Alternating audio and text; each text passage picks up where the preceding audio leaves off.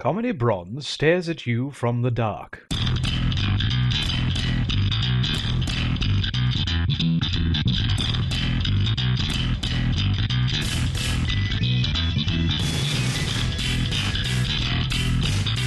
Welcome to the Comedy Bronze podcast. I'm Chris once again, and this is Sean. Hello. What have you done this week? I don't know. You saw me for most of the week. That's true. We've had adjoining shifts at work. Yeah, we did. That's relevant. So, right off the bat this week, Yeah. that's right, we no longer care. We're going to read our one and only email that was sent in. Yes. Because despite my frequent plugs of the email address, Yeah. during and after every episode, no one loves us enough to send anything in. No, they don't. Except for Carl. Except for Carl. Hi, Carl. Hi, Carl, who has the record for most mentions on this podcast. Yes. So, Sean, why don't you keep talking while I bring up the email? Okay, I will. This week's been an especially good week for Chris. He managed to put his pants on without killing himself. He also managed to do it without shitting himself. So, as I said, it's been a good week. Although, on one down note, he did manage to fall down the stairs. Okay, I don't know what you just said because I was dealing with emails. I'm sure it was very flattering. Yeah. And I won't need to erase it from the podcast. Probably not, no. Like I do every other time you say anything negative to me. Oh. And yet, whenever you say negative things to me, you don't take them out. Yeah. Okay. That's pretty much. That seems fair. Yeah. Keep it up. It's actually the opposite of that. Every time I say something bad. Nah. All right, so Carl has written us a novella disguised as an email. Okay. How many pages is it? At least 1,000. Oh, dear. It has a total of 7 bullet points that I think he would like us to address. But this is our podcast, so I will address only the ones that I deem interesting. Oh, okay. See, I started the sentence with we, but then I segued into I. Yeah. Because it's really You meant the royal we. The royal we. All right, so dear Carl writes, Dear Comedy Bronze guys, I would like to address some things mentioned in your last podcast. Well, Carl, first off, I want to stop you there.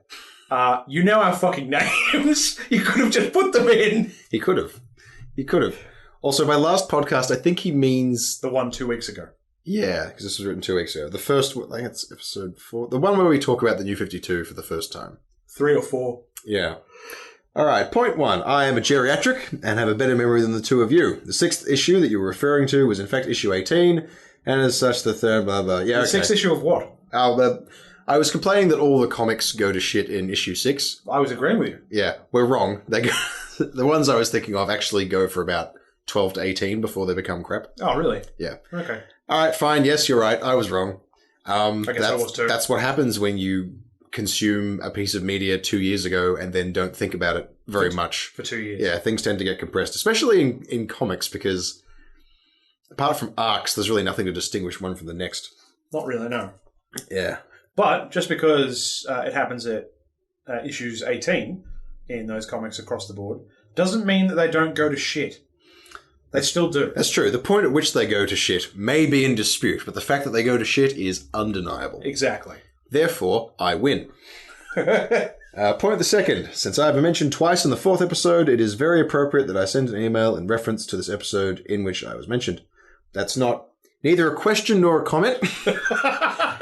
That was something you could have kept to yourself, Carl. Yeah. I'm just actually going to read these in my head before I read them. No, don't do that. Read them out. Sean, I'm happy that I have made you a fan of Captain Marvel and love the fact that you refuse to refer to him as Shazam. Yeah. So, what was it you were debating with me about, that he's actually ever been called Captain Marvel? What do you mean, ever been called Captain Marvel? Of course he's ever been called Captain Marvel. He was called Captain Marvel for years and years and years. He still was up until quite recently. Yeah, he's just currently called Shazam. Which is a load of bullshit, and I'm not doing that. Yeah, of course you shouldn't. I mean, yeah, it's lame. It's so lame. No, it's actually double lame, because he was only ever called Captain Marvel because Shazam was owned by someone else. And then that lapsed, and now he's called Shazam. Other way around. No. The comic was not allowed to be called Captain Marvel. Because someone else had that name. Marvel. Yeah. But I believe he was originally called Captain Marvel in the case of a reverse thing. Am I misremembering? You're misremembering. Okay. He was called Captain Marvel when he was owned by Forza Comics. Ah.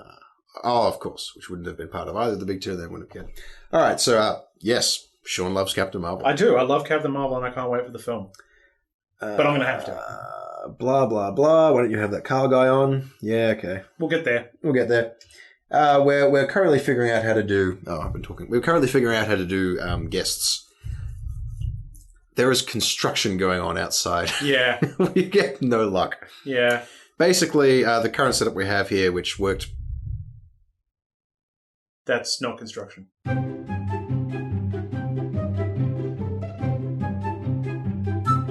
We're sorry. Comedy Bronze is experiencing some technical difficulties, and we'll be back in a short while.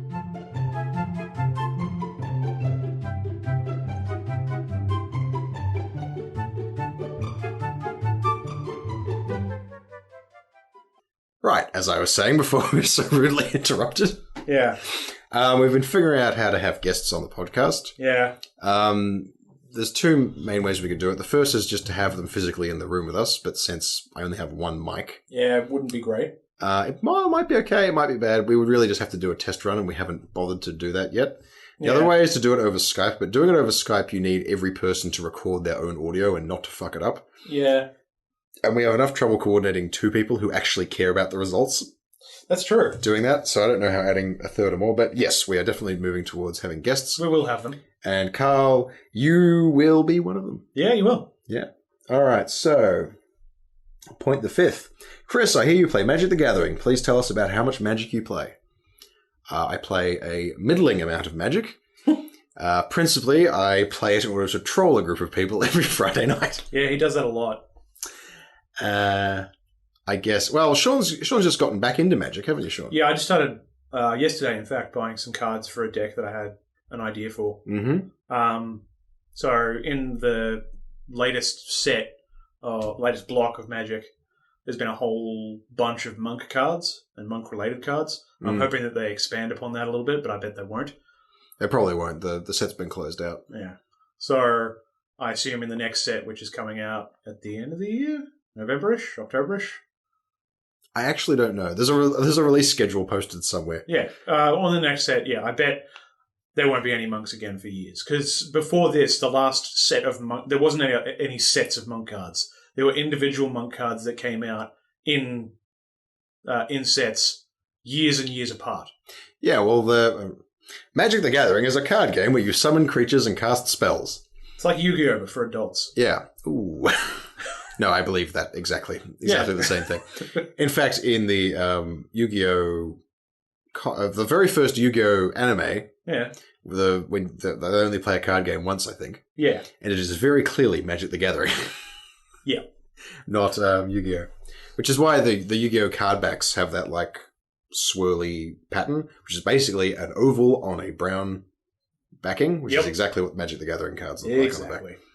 But anyway, yeah, so the old monks, from the very early days of Magic, are all basically like Western monks. Yeah. Like clerics and dudes in robes who do healing crap. And then they did the Kamigawa set, which is all based on Japanese mythology. There's a couple in there. And there's a few monks in there. Not many. As well. But this latest set, monk was one of the creature types they had in spades. There's lots of monks. There's human monks and cat monks and... Snake monks. Were there snake monks? I think there's at least one snake monk. Oh, okay. I know there's a bunch of other stuff. But there's a bunch of Jin. There's Jin monks. I got a couple in there. There's a lot of Jin, full stop. Yeah. So, I decided to make, because I love monks, the fictional idea of monks, Eastern monks at least. I decided to make a monk dicks. Monk dicks. Monk dicks. Monkey dicks. I'm sorry. I've gone off. Put me back in the fridge. When young Eric eats a banana. Did I get the name right? Is that the name of Banana Man's human alter ego? Is it Eric? It doesn't matter. Eric's it could be any name. Doesn't matter. So yeah, Magic. We play Magic. Yeah. And once Sean has actually done some things with that deck, I dare say we'll talk more about it. Well, I ordered some cards for it yesterday that weren't in any of the stores, so those should be showing up this week. They've only got to come from New South Wales, so... And then the last couple I'll just use proxies for. Ooh, proxies. There's only three. Can't play Friday nights, so you've got proxies. Wait, really? Yeah, we don't allow proxies. What, even three? No proxies. No. You know why we don't allow proxies? Is it because of people like Aaron? Yeah, well, it's basically because 14-year-olds roll up with decks stuffed full of obscure mythics and go, haha, I have 13 Jaces. And we go, you're a little knob. We'd like you to leave. Well, I'm not doing that. You told those 3 cards that I will need proxies of. Moving on to the next point in Carl's email. Okay. No, you can probably proxy cards. I don't think anyone will care. It's just that I can't find them anywhere, that's all. Point 6. Sean, you have lots of stuff at my house. Please come and pick it up because I feel like you should be paying rent. You bring it here. You live you live a million miles away, Carl. I used to live around the corner from you. You live a million miles away. It takes 45 minutes to drive to where you live from where I live. I'm not doing that. And you don't have a car. I don't have a car. What does he even have of yours? He's got a couple of my Captain Marvel things. Actually, yeah, I've got some of your Star Wars novels that we were going to give away a while ago. They're still at my house. You can come get them. Oh, shit, you do? Yeah. They're like for younger readers. Yeah. You can come and get And them. they're really old. They were before, they were actually like pre-expanded universe. Yeah. Farming out. They're like tie-in books. Yeah, I know those things. So, yeah, Carl, I feel like you should be paying me rent. Well, a blistering rebuttal from Sean here. Point 7. What do you guys think of the caterpillar? Because I wonder what the moth thinks of the caterpillar. The fuck are you talking about, Carl? Is that a song reference? I don't know. Is Carl old? I think Carl might be old. Did you forget you were writing an email to us halfway through? Ah, that's all we have time for. All right, so... What's a dead air there, Chris?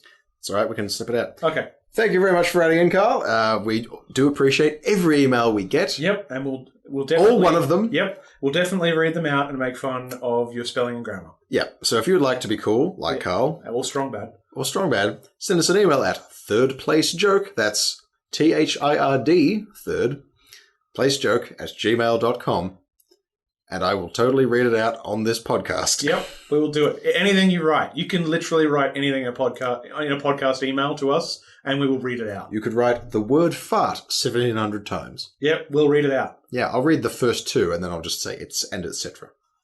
Or you could just, take those first 2 and then repeat the audio over and over again 1,700 times. All right, having concluded our first ever mailbag, Sean, you've once again got news crap for us. Yeah. You know how we were talking... we've talked about Kickstarter stuff before, haven't we?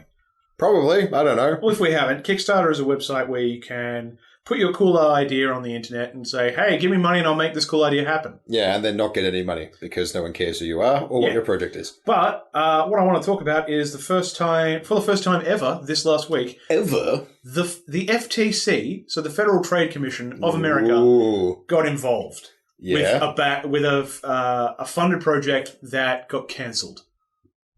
What was the project? How did it get cancelled? Why does the FTC care?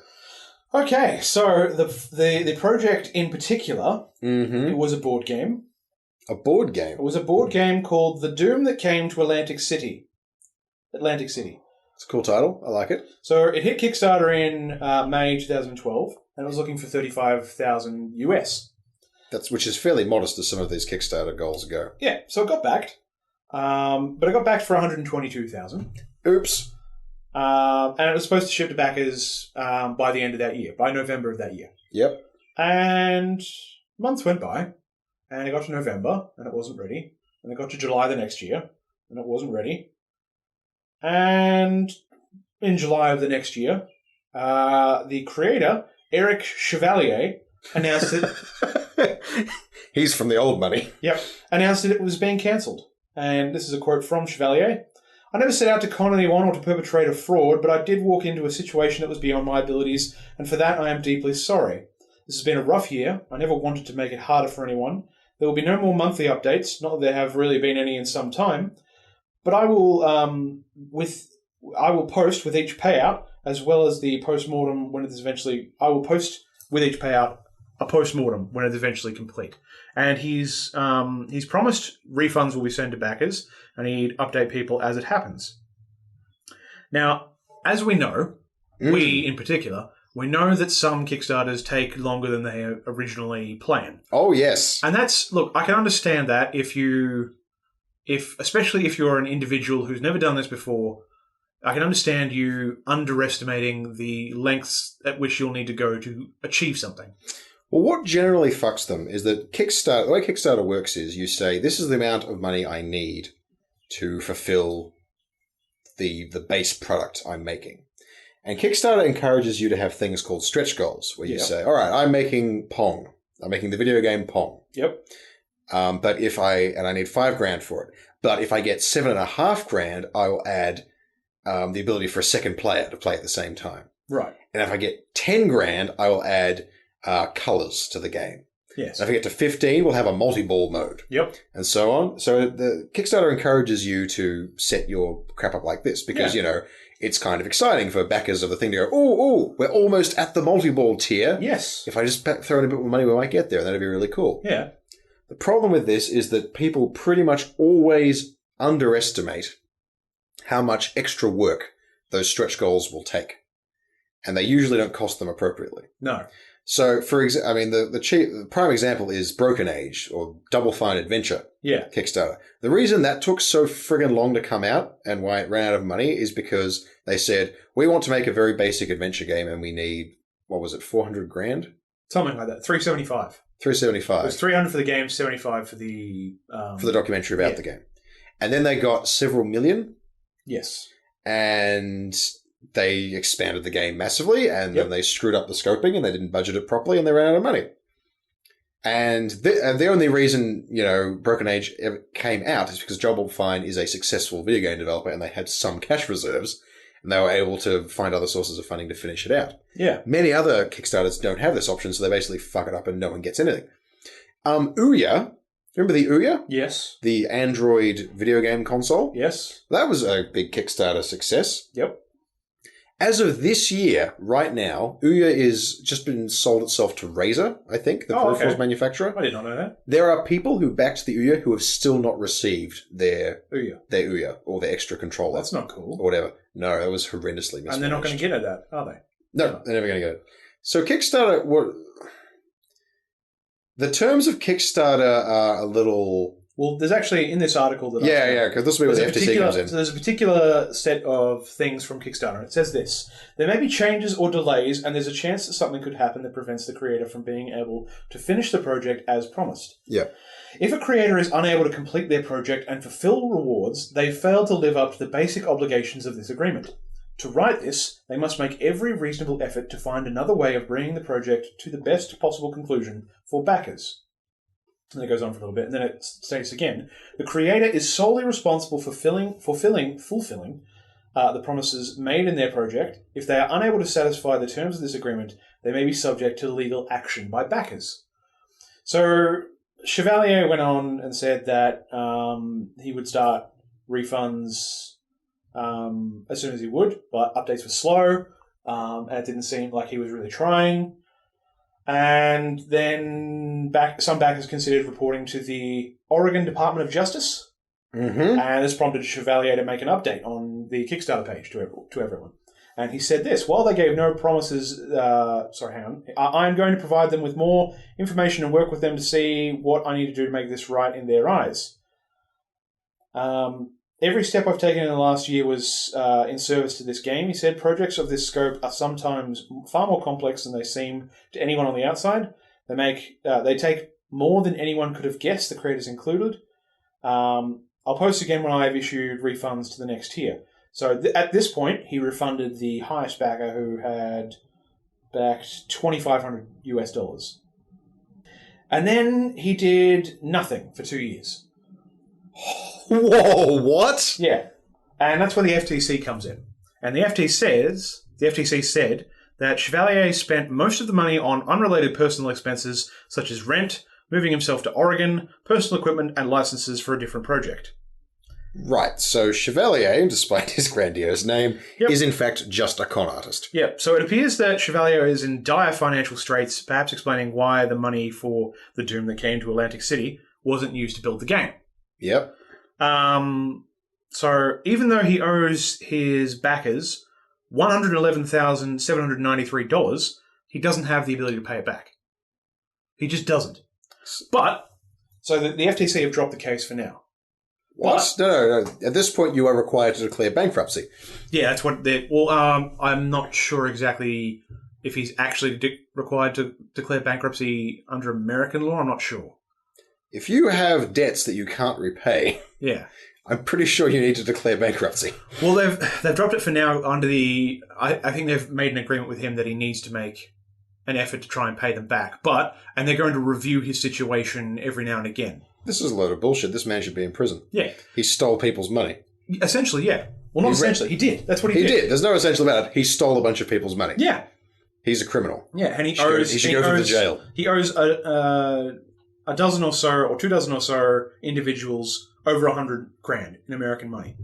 And In American money. And they, which, as we all know, tastes like bacon. Yes. I thought that was Canadian money. No, that tastes of maple syrup. No, it smells of maple syrup. Delicious. Yeah. So the FTC have said that they will continue to monitor him, and if he isn't making, I'm going to just use the word reparations, that are in line with his current financial status, then he will be required to pay lump sums back immediately. At which point he will have to declare bankruptcy. Yes. Yeah. So they're not requiring him to pay it all immediately. He doesn't have to apply for bankruptcy. He doesn't have to pay it all immediately. Yeah. Yeah. Yeah. He is not the first Kickstarter to be an out and out con.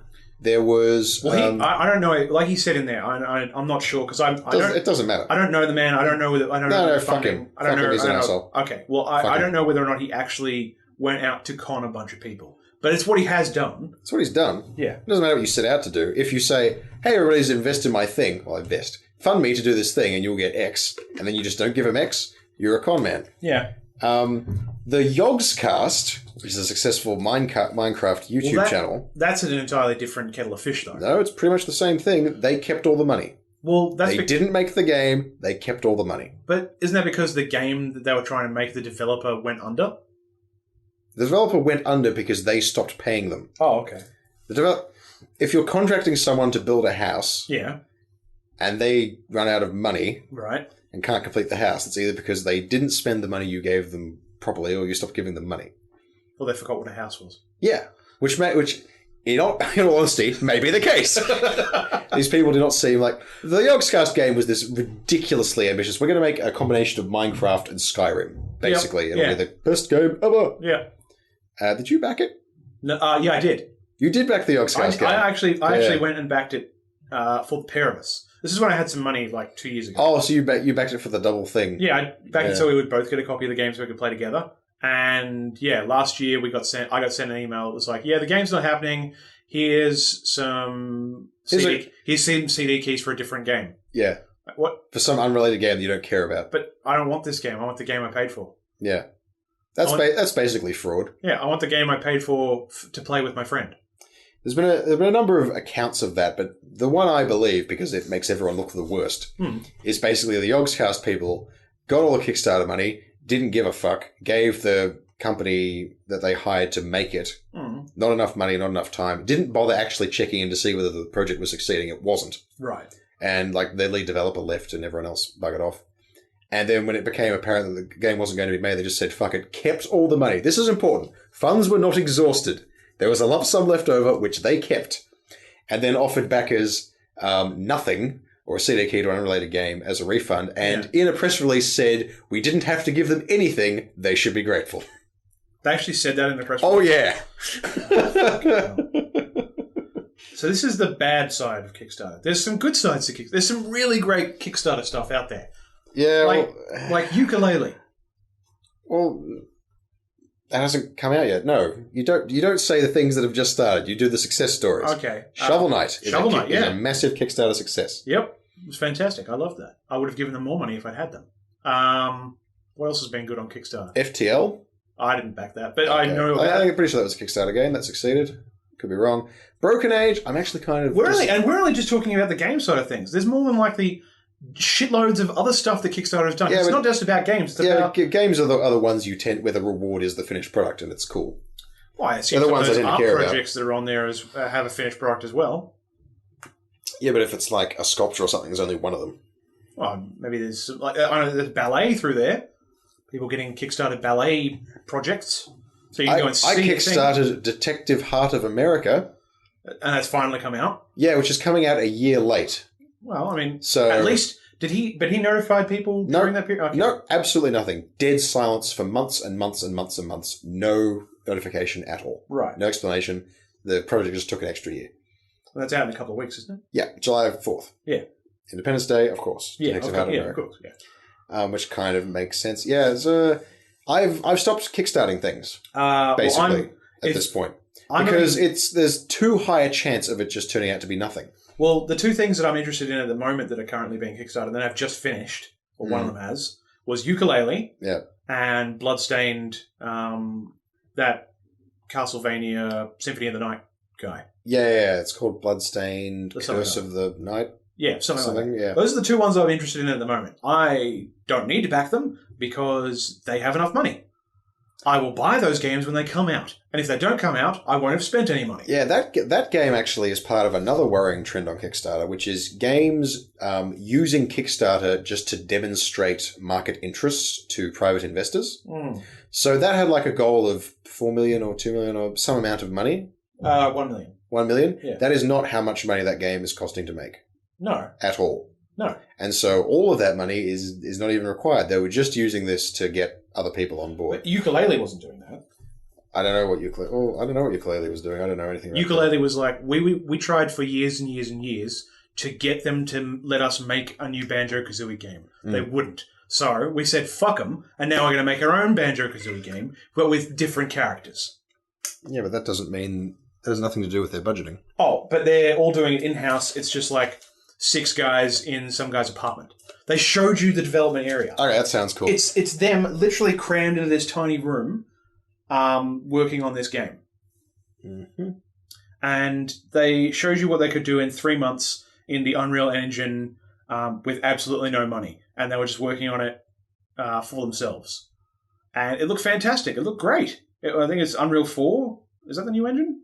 Unreal 4? I don't know. I think it's at a certain point it stops getting revision numbers and they just update it periodically. Oh, okay. Well, the latest engine they're working in, and it looks fantastic, and I can't wait for that game. And they've got the same guys that made the music for Banjo-Kazooie, so some of the music that I still occasionally get stuck in my head, even though I haven't played those games in nearly 15 years. That guy's coming back. I can't remember his name. It's like Greg Grunberg or something like that. Grant Kirkhope? Maybe that one, yeah. I don't know. Who's Greg Grunberg? Greg Grunberg is the television actor who plays Matt... Yeah, he's definitely coming in to do the Parkman music. in Matt Heroes. Parkman from Heroes is coming to do the music. Yeah. Greg Kirkhope. Yeah, that's the one. Sorry, Mr. Grunberg. I assume you might be musical. Good luck with that. Gren Grunberg is on, a desolate bluff blowing a series of panpipes. Yeah. No. I'm imagining him as more of a bagpipe man. But yeah, Kickstarter has one really good thing going for it, which is the idea that you can put a thing out there and other people who are interested in the same thing can give you money so you can make that idea a reality. The bad thing is that there are people out there who will make up ideas and then take your money from you over the internet rather than finding you in the street and beating you up and taking your wallet. Pretty much. The only real way to approach it is treat money you give to Kickstarter as money that you have thrown away. Expect nothing in return, and try not to care about it. Certainly, unless you know the person personally or have a very good idea that they're able to fulfill the obligations, do not back at the $6,000 tier. Yeah, because there is a very, very high chance that money is just going to walk away. Either that, or unless you've got shitloads of money that you've got nothing to do. Unless you're just a rich asshole. Yeah. Otherwise, if you'd like, rich assholes of the world, we'll start our own Kickstarter. To make some money. Yeah. And it's just going to be help us get our podcast to make us money. We need a second microphone for the podcast. Yeah. We definitely need a soundproof room for the podcast. We absolutely do. All right, and with that, we give you this.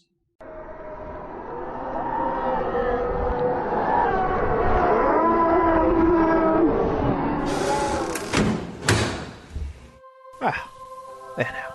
That's much better, isn't it? Good day to you. I am Magic Arnold, and I'm here to talk to you about life insurance. Several years ago, my family and I had a run-in with a particular brand of demon that threatened our lives.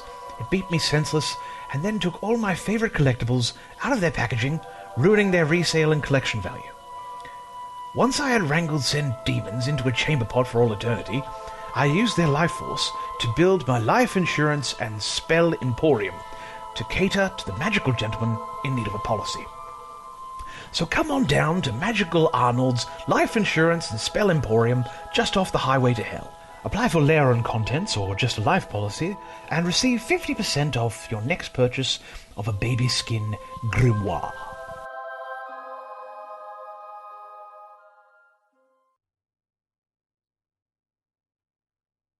Alright, you guys should see the indignant looks that Chris gives birds whenever we're trying to get room noise. Shut up, Tweety. Oh my god. The anger in his eyes. like they know or care that we're doing a podcast. Mother Nature has no appreciation of art. That's all I'm saying. Oh. Welcome back to segment 2. Yeah, we're back. We're back. That was certainly a segment that we had just before and a little thing in between. Yeah. Let's continue to blandly describe the structure of our episodes. And the story of that story is, it was a story. Oh my god. Yeah. Now I know. Yeah. So, having read an email that was 2 weeks old, it's only fitting we refer to a topic we last visited 2 weeks ago. Yep. The television show Mr. Robot. Yes. Chris has now watched the pilot. I've now watched the pilot, and I really enjoyed it. Yeah, good. That is one of the finest little televisual programs I've seen in many a long year. Many a year. When does the series proper start? So the pilot will air on the telly at the end of June. And then I think the 23rd of June is when it actually starts. So the week after that is when the first episode all right, cool. ends. I'm really looking forward to it. Yeah, so end of the month. Basically. Your description of it was very accurate in a number of ways. Oh, really? I thought you were being sarcastic for a second there. Well, no, I wasn't. No, okay. Because the main character is a computer security expert And by day and hacker vigilante by night. He knows the lead hacksaws. He knows the late hacksaws, and most of the hacking, quote unquote, they show him doing is fairly banal. It's just guessing weak passwords and stuff. Yeah. There's a you brought up the conversation about GNOME as being evidence of some knowledge of computing, and you're right. There is a conversation about Linux GUIs between two people. Well, I mean, most of that conversation actually happens in the background while the main character is narrating some other stuff. Yeah. But the fact that they lead into that narration with that... It's kind of good. And the opening scene, in fact, and something that's pretty timely, concerns someone who was running a child porn ring, which he thought was safe because he was routing it through the Onion network. Yep. Not the Onion as in the... No, not the humorous newspaper, the Tor network. Yes. The Onion routing protocol, which is not good at protecting privacy because whoever controls the exit nodes controls the information and can identify you readily, which our hacker hero did. Yes. I thought that was a nice thing. Take a real, actual thing that is a security hole that people might not know about and use it in the story. So don't use Tor. Well, actually, no, you can use Tor if you like, I guess. Just don't use it for that. Don't hide your... really, Chris, you're really... Look, I'm not here to tell you how to hide your child pornography, but... Hello, Australian police. When did you start listening? Well, this doesn't get me on a list. I was less enthralled by one scene.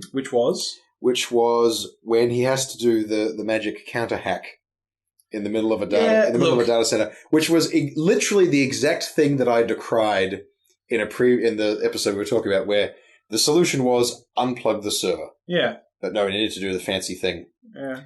At least it was closer to unplugging the server. It was pretty close to unplugging the server, but I still maintain that just unplugging the server is so dramatic and cool looking. Like the guy who in a room full of people saying, "We've got problems, we don't know how to fix them," who just confidently strolls over to the cabinet and yanks a wire out and saves the day. He would look so cool. However, the server needs to be up immediately afterwards for other stuff to happen. So, I don't know. Look, they've obviously...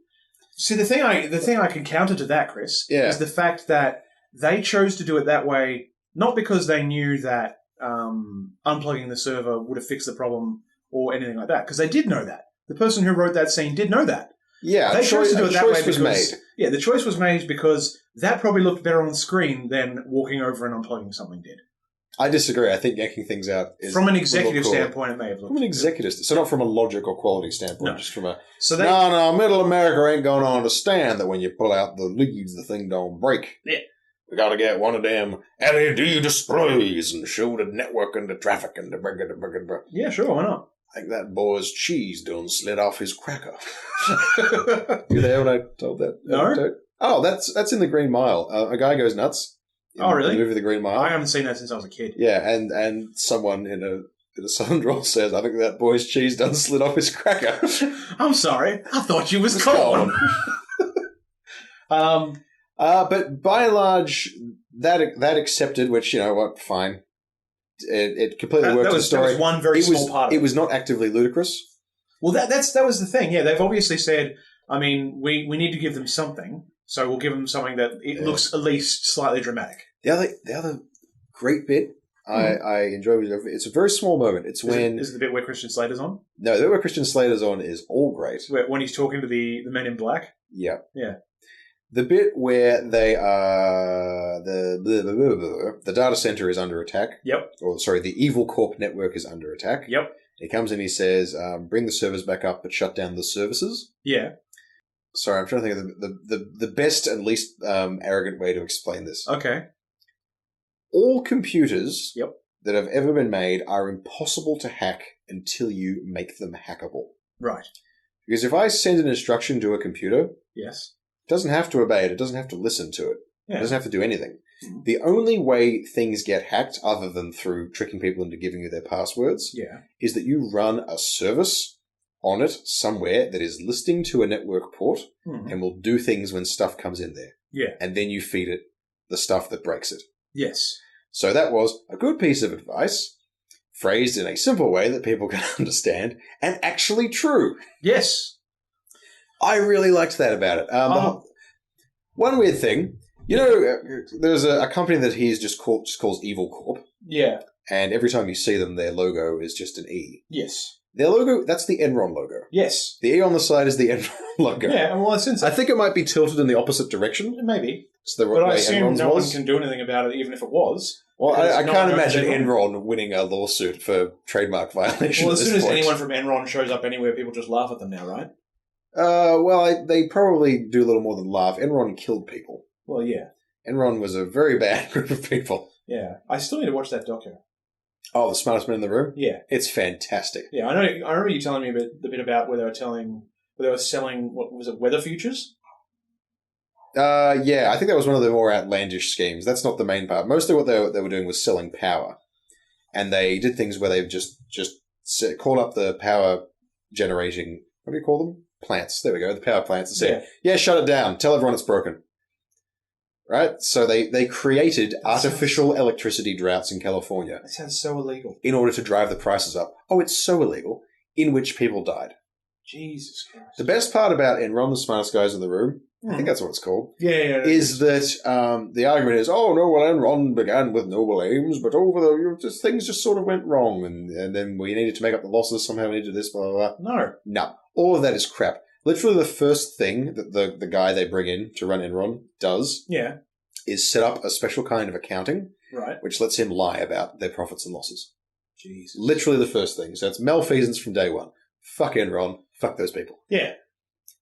But Mr. Robot, though, really, really great. Seriously, go and watch that right now. You can go and watch it for free online. You don't need to feel bad about torrenting it. They've actually said it's perfectly all right to torrent the pilot. It's not up yet. I mean, it's not available for sale or watch anywhere else yet. Showcase actually came out and said it's perfectly all right to torrent that pilot. That was very cool. They're not obviously they're not endorsing you torrenting any other shows or the rest of the show when it actually airs. But they said they want to try and get as many people watching it as they can, especially people who are in the know about the types of technology that will be spoken of in the show. Those sorts of people will most likely torrent that show. Gosh, it's almost like getting a whole bunch of people to see something is good. Yeah. If you want to then sell it to them later. It's even possible that they might make it so that the people who usually torrent this show might be offered, I don't know, and the ability to stream it at a reasonable cost. Like, I don't know, $1 an episode. Oh, yeah. You mean people who aren't in Australia, of course. Yeah. Well, no, we might be able to stream it for $1 an episode. I mean, if Netflix can do decent streaming here, I don't know why anyone else couldn't. Because they're lazy and stupid. Yeah, okay. Death to everybody! Okay. Everyone who's not Australian. That was not... No, it wasn't. Everyone who's not Australian. Oh, God. Flashbacks of living in Mount Evelyn. Yeah, so... Yeah, what you want to do is you want to put them all on the barbie. What kind of meat's that? Is that a chop? Oh, you siggy butt brain, mate. That's not funny. Siggy butt brain? No. What? Really? No, that's possibly the least funny thing I've ever seen. Really? That cartoon. Yes. Okay, why? Because it's not funny. Why? Because it's real? No, because it's not funny. Okay. But why is it not funny? I don't have to explain why things aren't funny. Things are either funny or not. That's not funny. So you don't find it funny? Well, of course that's what I mean by it's not funny. Okay. Yeah. Okay, anyway. If you want to see something that's actually funny, go and look up Siggy Butt Brain. Don't. It's not. But I wanted to talk about, after Mr. Robot and Chris saying that he enjoyed it, what I wanted to talk about was it's not even that recent, the spate of this, but how in the last decade or so, more and more things seem to have been adapted into film and television. Yes. And specifically, I wanted to talk about how you could do an adaptation well, which the BBC have done this time round, with Jonathan Strange and Mr. Norrell by Susanna Clarke. Yeah. A book that is now 10 years old, and I love, and Chris rather enjoys. Yes. How about we start by me listing all the reasons it's a terrible idea to adapt this film to TV? And then you can tell me all the ways in which they didn't screw this up. Adapt this film to TV? Fine. No, adapt this book to TV. All right, okay, right. What did you think I meant? Yes, adapt this book to TV. I thought you might have been talking about something else for a second. No, I'll tell you all the reasons it's terrible. Okay. Reason the first, it's 1,000,000 pages long. 1007. It's 1,000,000 pages long. Right. It's so long, oh my god. It's very long. Reason the first, there is very, very little action for much of the book. Yep. Reason the second, it's about... it's spaced out in this very strange way between the two main characters, one of whom literally never does anything but sit in his library and scheme. Yep. And the other one of whom occasionally goes out and does stuff. Yep. There's an entire completely inane subplot about crap going on in the fairy realms, which occupies a huge number of pages but means literally nothing until the very end of the book. Yep. Which is basically a waste of time. And a huge amount of what's actually going on is like people writing letters to each other and thinking mean thoughts and not actually going out and doing stuff. So all the things that work for a novel, but which would be a pain in the ass to adapt to a visual medium like film or television. They either cut those things out, Yep. or they make them happen all at the same time. So they compress and they speed up and they snip out all the boring crap and they end up with stuff that only works in a book. They leave out, and it's just for the book. Mm-hmm. Stuff that will obviously work on television, they bring in and they put on television. So what they do, Mr. Man who's written and directed all the Hobbit films, what they do is they take the one piece of source material that there is, and they use that one piece of source material that there is. Oh God, water came out my nose. There's only one piece of source material. They take it and they use it in a correct manner. They take it and they examine it. They caught them and shot them under Rule 303. Shoot straight, you bastards, and don't make a mess of it. So they take the book, and they've obviously sat down, and it's obviously been people who rather enjoyed the book. They sat down and they read the book, and then they read it a number of times. And then what they did was they think about what they read, and they basically rewrite the book as if it were going to be shown to someone in a series of still images.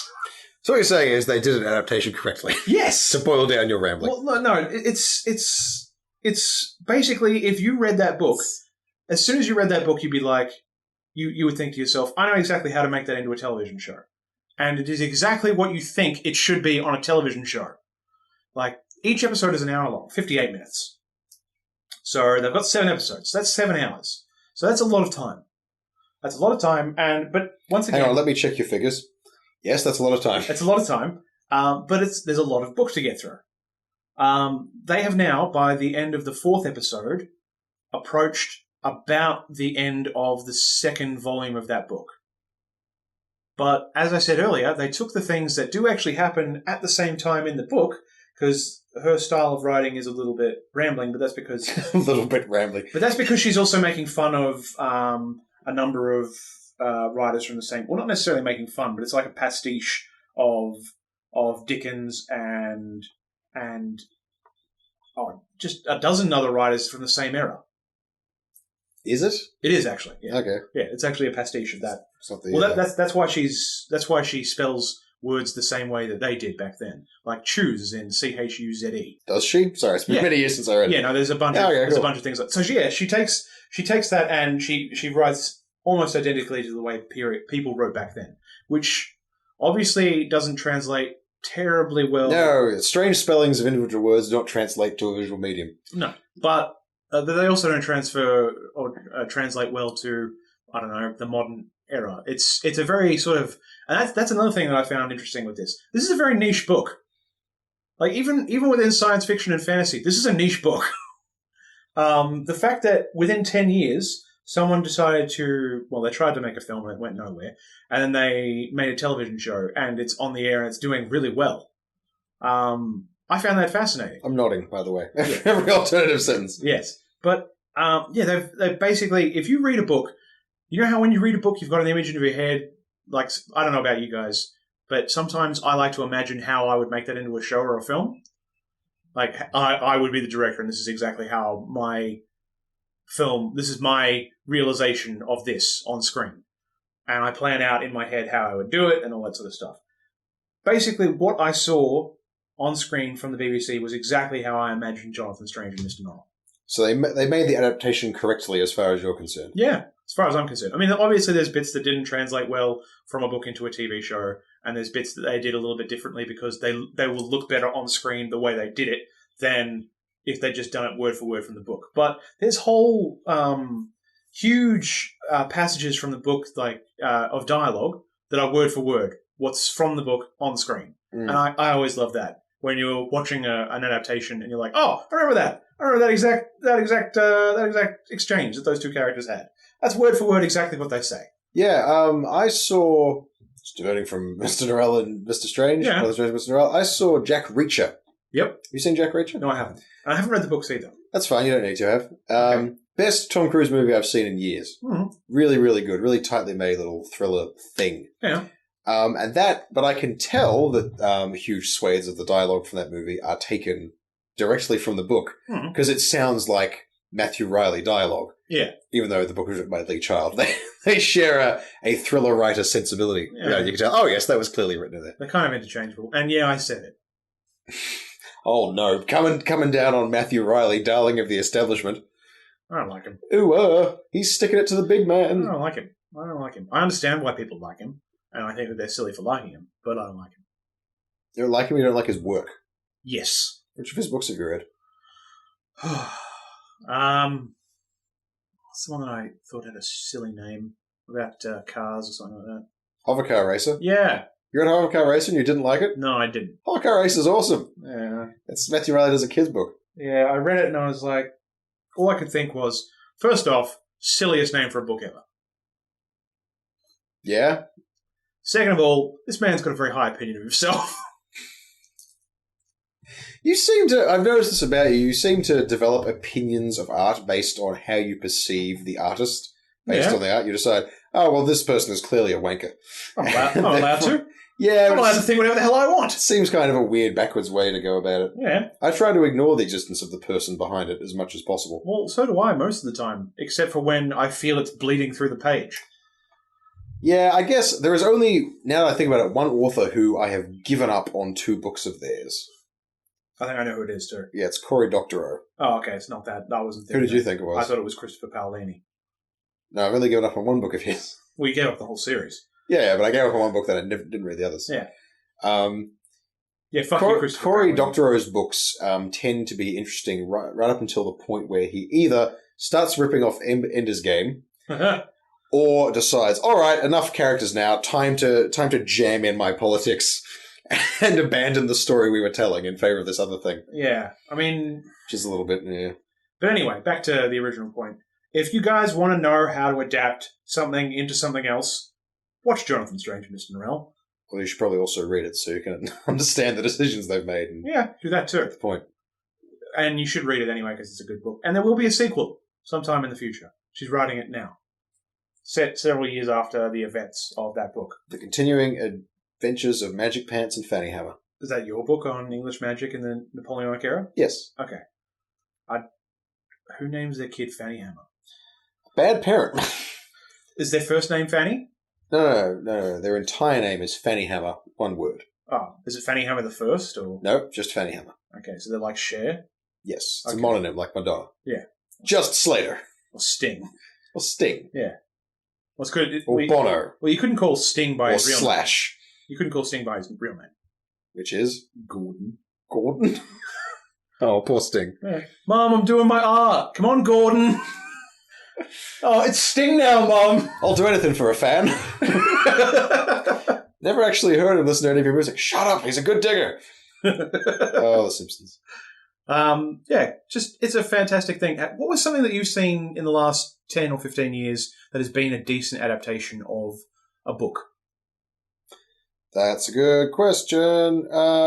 If you know something that you've seen that has been a decent adaptation of a book, please write in to thirdplacejoke@gmail.com. I more remember the failed adaptations, like Exactly, Remember the you do. and there are a lot of them. Remember the Aragon film, Which is already a failed adaptation of Star Wars: A New Hope. Yeah, it's a failed adaptation. I actually consider Aragon the movie to be an excellent adaptation because it's shit, and so's the book. Yeah. It exposes all of the problems the book had. Oh, John Malkovich, I know you needed the money, but why? I'm feeling sorry for Jeremy Irons. Now, Jeremy, look, I love Jeremy Irons, but basically every science fiction and fantasy thing he's involved in goes to shit. That's pretty much true, but he's usually the most watchable thing in them. Yeah, he is the most watchable thing in them. He's like Nicolas Cage. He picks bad projects, but he kind of salvages his bit of it. Yeah, because he loves he loves his work. He doesn't necessarily love the project, but he loves his work. He loves to do what he does, which is be awesome on screen. Oh, I just reminded myself of something sad from this week about someone awesome. Christopher Lee. Ah, yes, Christopher Lee has passed away. Yeah, that guy was a total badass. Yes, it's a little bit... it's a bit difficult to feel sad about Christopher Lee's passing, because he had such an amazing full life and got to do everything and be basically the raddest guy ever. The guy met Tolkien. He brought out a metal album. He killed people professionally. He killed Nazis. Let's not forget the best kind of people to kill. Professionally. Like, he got paid for that. I don't know why you're harping on this professional bit. No, you don't understand. He did it for the money. Yeah. Not for patriotism, not for love of dead Nazis, for the money. No, I'm saying I'm coming at it from a different angle. You're saying all those patriotism. MI6 stuck a bunch of bennies in his waistband, and he went out there and stabbed a kraut.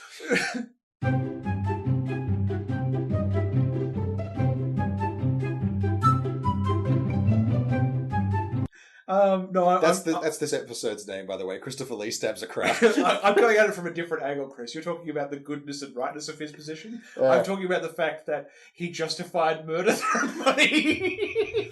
Look, that Nazi drew first, yeah. So he was justified. Yeah, justified. Justified. Please don't justifiably kill us, Mr. Timothy Olifantastic. Have we talked about Justified before? We haven't talked about Justified. Not on the podcast, at least. Okay, so Justified, we totally have. I think it's in one of the it's in one of the unbroadcast ones. Justified is basically Timothy Oliphant maneuvering people into a situation where he thinks it's okay to shoot them. Yeah. And then saying, justified. Staring down the camera. Directly down the camera. Yeah. I think I've just figured out what that bit for this week will be. And now, this. I feel like I've done that before. Are we just ending every segment with, and now this? No. Wait, I want to go again. Okay. Ugh. Fucking time is it? Ugh. Alright, let's do this in one take. Hi kids, it's me, Jimbrald, the racial sensitivity barnacle. Now we all know racism is bad, but sometimes it can be hard to spot. So let's review our list of really bad racial slurs that you should never say. Sketch, chugnubber, scrates, chowero, spinnaker, ectron, damp scut, barn filleter, slunt, chigro, flectrum, skinwalker, schmolock, primsy, and of course, Welshman. By pruning these words from our language, we can be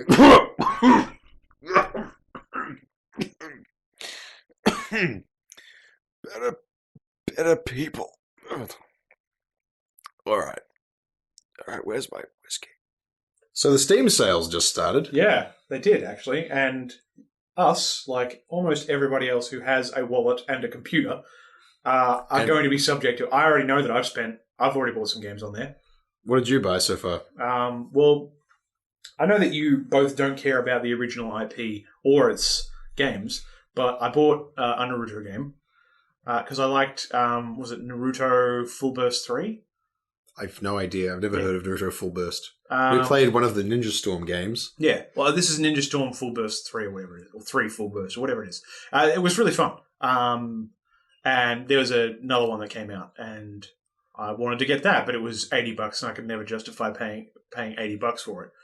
And then I checked the Steam sales yesterday, and it was $29.99. It's like, And you dived on that like a pig on a gypsy. We're sorry. Comedy Bronze is having an intense debate about whether the use of the word gypsy is itself racist.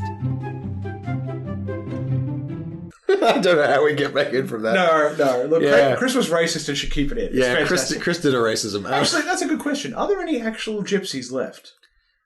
Yeah. Yeah? Any of the actual Romani? Yeah, I think so. Romani, I'm not sure how you They're actually just pronounce called Roma. I don't think they're Roma? called Romani. Okay. I think that is the name of one of the characters in Legend of Zelda Majora's Mask. Well, it is, but they're also called the Romani. Yes. Yes, they are a real ethnic group that does exist, and gypsy is a slur. Okay. To Well, them. you're a terrible person. Yes. Yeah. So, moving away from From racial our slurs. semi-accidental racism once again. Last couple of Steam sales I haven't bought a lot because I have so much crap left over from the previous ones. But that's what happens. All it takes is one really good Steam sale, and you end up with 100 plus games that you're never going to play, but you couldn't justify not buying them because they were each $1.50. That's true. I usually end up getting stupid bundles. Like, I think I bought a bundle of Star Wars games. I don't know why. I don't like any of them. Yeah, look, I bought all the You Telltale adventure games. You want to know a perfect example of that? Yeah. The Hitman games are on sale at the moment. Yeah. I don't like the Hitman series. I've played one game. I thought it was dumb. You know what? They're each $1.50. I might go buy them all. Clipping the audio. I don't even want to buy them. You're clipping the audio. I don't even want to play them. I'm clipping the audio. I've stopped. I don't even want to buy them, Chris. I probably will buy them because I'm a little bit interested. I'm gonna, because they're $1.50, $1.80. I know Hitman Absolution, the Is it most terrible recent one, is the really, really bad one. Yeah, there's a couple. Isn't there one or two actual good ones, or one good one? Hitman 2 and Hitman Blood Money, which I think is the third one, are generally regarded as the good ones. Yeah, none of them are above $5. Cool, I should get them all. Speaking of cheap games on Steam, I've been playing some TIS 100. Yep. And Chris, quickly give the lovely people All right, an so explanation. here's what you need to know about TIS 100. There's a company called Zachtronics Industries, Right? which is run by one guy who's either his first name or his last name is Zach. I don't know which. Are you sure it's not his first name's Zach and his last name's... Tronics. Yeah. I think that's unlikely. Are you sure? Well, Tronics is a Hebrew name, and he's American. Are you saying that Americans can't be Hebrew? What about Hebrew? Is Hebrew okay? Oh, man. No, but what he does is he does games, and all of them are basically programming games disguised as something else. Yep. What was it? What's his most famous So one? Space Chem and Yeah. Infinifactory are Yeah. probably his most successful ones. Space Chem, what you have to do is you are given one kind of element or molecule. You have to assemble a different kind of compound out of it. Right. You have a system with an input and an output and the ability to move stuff around on the inside. Yeah. Infinifactory is about you have a set of raw materials and you have to build finished products out of them Mm-hmm. in a quick and efficient way. So what they basically are is programming games. Yes. TIS 100 has no pretensions. It's just a flat-out series of programming puzzles set in a very strange microcomputer architecture Yes. where the basic unit you're dealing with is not a CPU or a blob of memory or whatever. There are these things called nodes, Yeah. which can each hold 15 instructions, 2 variables, only one of which can be accessed at a time, Right. and can pass values to and from adjacent nodes. Now, Chris has just boiled down that game into a couple of lines of dialogue. If you go and watch a video of that, it actually looks kind of interesting. But I'm not going to play that game because I know for a fact I will find it interesting for about 10 minutes and then I will never play it again. Yeah, it's pretty likely. There is a certain kind of brain it takes for this kind of game. Chris has that kind of brain. I feel like his other games are better at tricking people who would not be immediately enticed by programming puzzles. Hmm. Whereas this one, you pretty much have to think, oh, it's the aesthetic of an ancient computer, and I get to type assembly code. It's kind of cool. It is kind of cool. It's cool for a different reason, which is that it presents its story in a very novel way. Yeah. Which is the game actually has a plot in addition to being a series of puzzles. Well, you find out the plot by solving the puzzles, right? Yeah. Yeah. Solve the puzzles, you find out the plot by reading garbled text documents Right. that have been left in some of the nodes. Right. That were left behind by your dead uncle, who you inherited the computer from. Right. And the game comes with a PDF manual, which is like a system manual for the TAS 100 computer, which has all the instructions and stuff in it. And it's got like handwritten notes and highlighted bits. And it looks like a bad photocopy. It's really nice. The whole thing, it's like $8 regularly, and I got it on 20% off. Yeah. So nothing. It's really, really cheap little game, which I guarantee will give you hundreds of hours of smashing your face against the keyboard going, why won't you work? That's if you like the sort of things that Chris likes. Which is like Eve, which is space accounting. I don't even really like Eve that much. Eve was an MMO. Eve's deceptive. Eve tricked me into paying for 2 accounts for every year without ever actually playing it. Yeah. Because Eve is an MMO that levels for you. Yep. And if you think of progress in MMOs as being levels, then, oh good, I don't have to play. It's almost the precursor to a lot of mobile games or Facebook games where you set up things and then you walk away because they take hours to do. Yeah, but those things usually require you to come back in once a day, which Eve did. Eve doesn't even do that anymore. There used to be a 24-hour limit on the skill queue. That's gone. You can now train as many skills for as long as you like. But that is inaccurate because progress in Eve is not skills. It's money and assets, which you can't get while not logged in. You actually have to do things to earn those. Right. If I had 2 or 3 people who cared about Eve and wanted to play with me, I would totally play Eve. There's usually not that many people gathered in one area at one time. Yeah. They're spread out over strange eons. What, people or people I know? Yes. Have you ever bought anything on a Steam sale and regretted it, Sean? I'm not sure. Have you ever bought anything on Steam and regretted it? I'm just going to reel off a list of Steam buyer's remorse stories. Yeah. Gotham City Imposters. Yeah. There you go. Yeah. Oh, fuck you for reminding me about that wasted money. Yeah. Gotham City Imposters was great because it basically tricked you into thinking it's a fun, sort of Batman-themed FPS. TF2. Batman TF2. Batman TF2. But it's not. It's the I don't know what you even call it, but it's that kind of FPS that all the Call of Duty games are. Yep. Where you run slow, die fast, leave a... Get yelled at by 12-year-olds. Get yelled at by 12-year-olds. Sort of high lethality, low accuracy weapons. I don't know. Can't shoot from the hip. Everything sucks. Yeah. I think every FPS made after Counter-Strike is bad. And I think even Counter-Strike may have been a mistake. I don't know. Ladder fights are pretty cool. I have... bang, bang, bang, bang, bang. Missing every shot. So that we paid like $30 a piece for that. Played it once, realized, oh wait, this is shit. Then it went free to play the next week. Yeah, because no one bought it. Yeah, that sucked. Fuck me. Well, I could talk about buyer's remorse for a game that wasn't on Steam. Yeah, Conan. Oh yes, I forgot Conan. Tell them about Conan. Now, for people who didn't watch the film from a couple of years ago or haven't seen the Arnold Schwarzenegger films from the 80s. There is a series of books about a guy called Conan the Barbarian, which I really loved as a kid. Written by Arthur Conan Doyle. No. So there's a series of books about a guy called Conan Doyle, about Conan the Barbarian. Conan of Samaria. Yeah. Who basically goes around being he's not always the biggest muscly guy ever. Sometimes he goes around being a barbarian adventurer. Yeah, basically. And then they made an MMO based on that setting. Yeah. And how was it? It was so bad. And who bought the collector's edition? I did. And who regretted that decision? Oh, me. How much of it did you actually play? I played for like a day. Yeah, it's really bad, isn't it? You've spoken about it before. Basically, any MMO that doesn't have WoW combat is bad. Yeah, well, it's bad in Australia because you cannot play real-time combat. And you couldn't hear. The ping was around between 5 and 750. 500 to 750. Yeah. MS. Which is a joke. The fact that I had a decent computer when this came out 5 years ago. Yeah. A little bit longer, maybe. I had a pretty decent computer. I just made it. And that game ran like absolute shit. Yeah, it was also really, really dog ugly. Even for the time, even for the genre, it looked like garbage.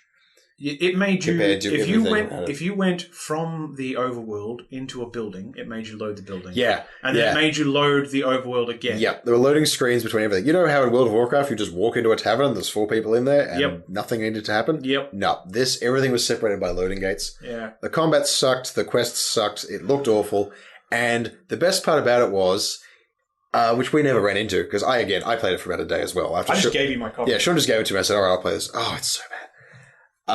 Took forever to install too. There was no content whatsoever above level 30 at launch. Yeah. Which I don't think was even the level cap. No. It was just like near the level cap. Level cap was 50. Yeah, so after a certain point, there's just nothing to do because they thought, it's fine. It'll take people forever. They may have changed that now. Oh, yeah, I'm sure. It's gone free to play. It went free to play. Everything goes free to play. I'm sure it's a little bit different now. That was total crap. I was so mad. I'm actually mad at past Sean for doing that. Yeah, that was a bad move. I actually, if I could go back to exactly when that game came out, I would just slap that game out of my own hands and just say, no! It's a bad Sean. Yeah, I've made a couple of dumb MMO purchases. I mean, in fact, we are serial offenders at the stupid MMO purchasing decision. Like, we both got Champions Online. But there's a good... Champions Online. Yeah, Sean. I know. I know it's bad, and I know we ended up doing it. But there is a specific reason that we keep going back to that trough of shit that is MMOs. Yeah. And it's because we loved playing WoW. For many years, we loved playing WoW. Yep, I really enjoyed playing WoW. And it was the one game we played, and we played it together, and that made it a lot of fun. We have not come across a game that has enraptured us for as many hours as WoW did.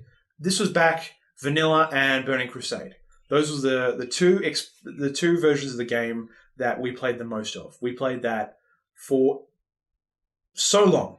We used to go to internet cafes just to play WoW. Yeah, just to play WoW together. Near other people who are also playing WoW. Yeah. Well, there's another reason I didn't have a decent computer or decent... Yeah, you didn't have a real PC at the time. But... MMOs are just crap. They're just crap. And yet, we keep going back. Yeah, we're idiots. Yeah. We have no ability to discern patterns of badness. We are essentially heroin junkies. Yeah. Yeah. We're just like, I know it's going to kill me, but I'm just going to... No, it's not even that. It's just there's no heroin. I'll just inject other things. Okay, Drano? No, not working. I'll try it, though. What if I cut the Drano with cookie dough? What about hummus? Will hummus work? I'll just heat this up in a spoon. Yeah. Yeah. Look, DC Universe Online? Shambles. I never got around to Champions? that. Shambles. I wanted to, but... I think there's a midpoint one in there that we did. WildStar? Yeah, we've already bitched about WildStar. WildStar just doesn't work. I didn't end up going in for Old Republic. I played some Old Republic. Oh my god, that sucked. Yeah. Look, it sucks so hard. Look, if you guys know a good MMO that might be... There isn't one. No, there isn't one I've looked. Oh no, Guild Wars 2. We played a bunch of Guild Wars 2. Guild Wars 2, I think, came the closest. To the same level, yeah. But there was just one or two things missing. It just didn't have... Well, Guild Wars 2 at launch had the worst dungeons of any MMO ever. They were just unwinnable. Yeah. Because the game was designed like, no, we don't need to have tanks, healers, DPS. We're gonna have everyone can sort of fill a little bit of it each. Yes. But then the dungeons were designed as though there was a dedicated healer somewhere who could deal with all the massive amounts of damage your party was taking. Yep. But there wasn't, so you all just died. Yeah. That was a shit show. Yeah. Also, real-time combat with Australia ping. Yeah, that's always a problem. Other than that, what else have I regretted buying? I regretted buying that one issue of Spawn I bought. Which you gave to me. Which I gave to you. Because I like Spawn. Or rather, I don't necessarily like Spawn. I like the idea of Spawn. You've said that before. What do you mean by you like the idea of Spawn? I like the idea the idea of someone who makes a deal with the devil to try and get revenge. Yeah, that's Ghost Rider's backstory. Yeah, I like Ghost Rider. That's barely even the idea of Spawn. That's he's Diet Ghost Rider. I don't think Spawn even makes a deal. Yeah, he does. Does he make a deal? Doesn't it just happen? No, he makes a deal. Oh, okay, in the first issue. Yeah, okay. He makes a deal. Yeah, but Spawn I hate for a number of reasons. The art's shit. The art is shit. I'm not going to deny that. The art's shit. The art's shit, and Spawn's character design doesn't work in comic books. He's too big for panels. I just thought of something awesome. And hang on, let me finish complaining. What did you think of? Trad Moore doing Spawn. No, it would still suck. No, Justin Jordan writing, Tradmore illustrating. That would probably be good. That would be good. Guys, if you can hear this, I love you. Yeah. Please make that A comic. good part of my disdain for Spawn is probably the fact that Todd McFarlane is a fuckhead. Yeah, he's a fuck. Who can't manifestly. I mean, he can draw more than Rob Liefeld can, but he still can't really draw. He can't write very well. No, he can't write for. Could not write his way out of a wet paper Spawn. There are a lot of games that I don't necessarily regret buying, but I wouldn't mind having that money back. What about Kickstarter remorse? You've got a couple of Kickstarter remorses. Well, yeah, there was the Atomic Robo. Yeah. I really wanted that to be good. I really did. Yeah, his voice sounds so dumb. Sean backed to Kickstarter to do a little animated short based on Atomic Robo, which is one of the best comics ever, and you should all be reading it. The greatest science comic in the world! Nikola Tesla made an android. AI.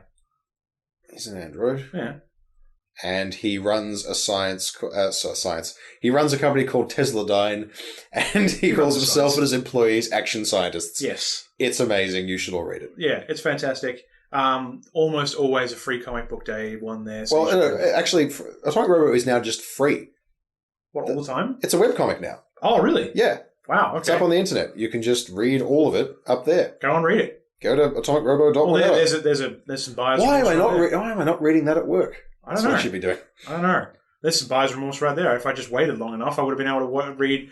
No, I for free. I have absolutely no worries with owning all of Atomic Robo. Well, I don't own all of it. I only own a couple of trades. A couple of them. But,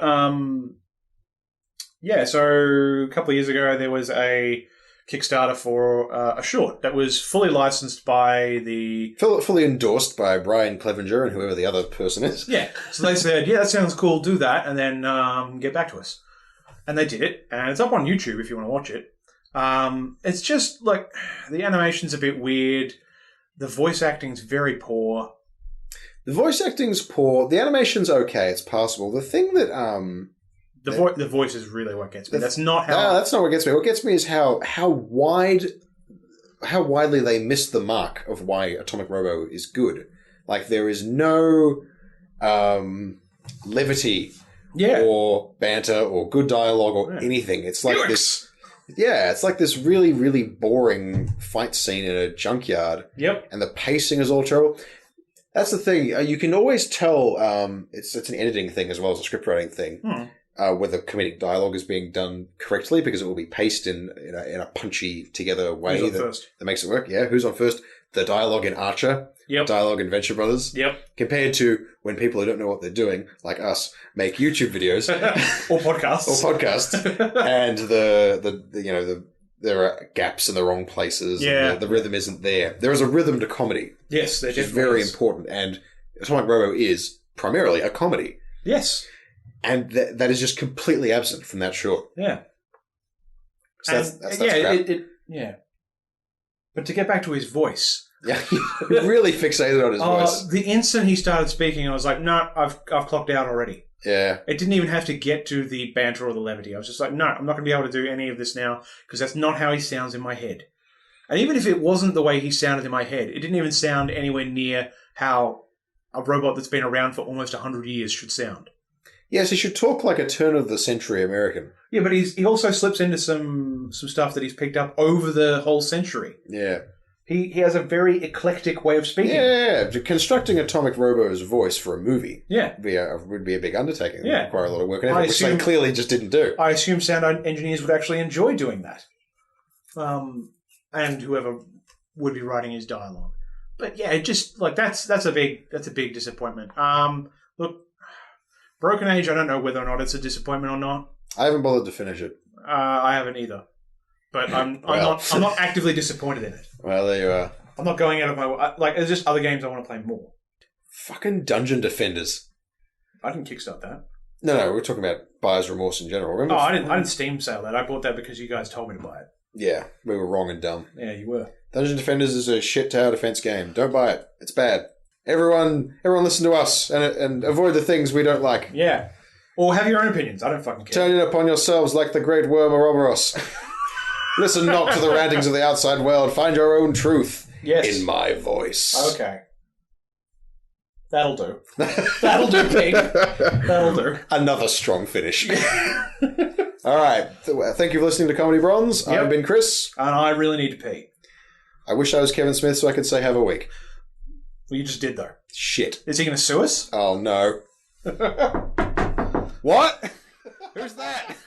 Thanks for listening to Comedy Bronze. We hope you enjoyed our podcast, but if you didn't like me being a racist or wanted to call Sean a name, maybe you should send us an email to thirdplacejoke@gmail.com. I'm sorry. Sorry, I offended everybody. I tried. I don't know. I just...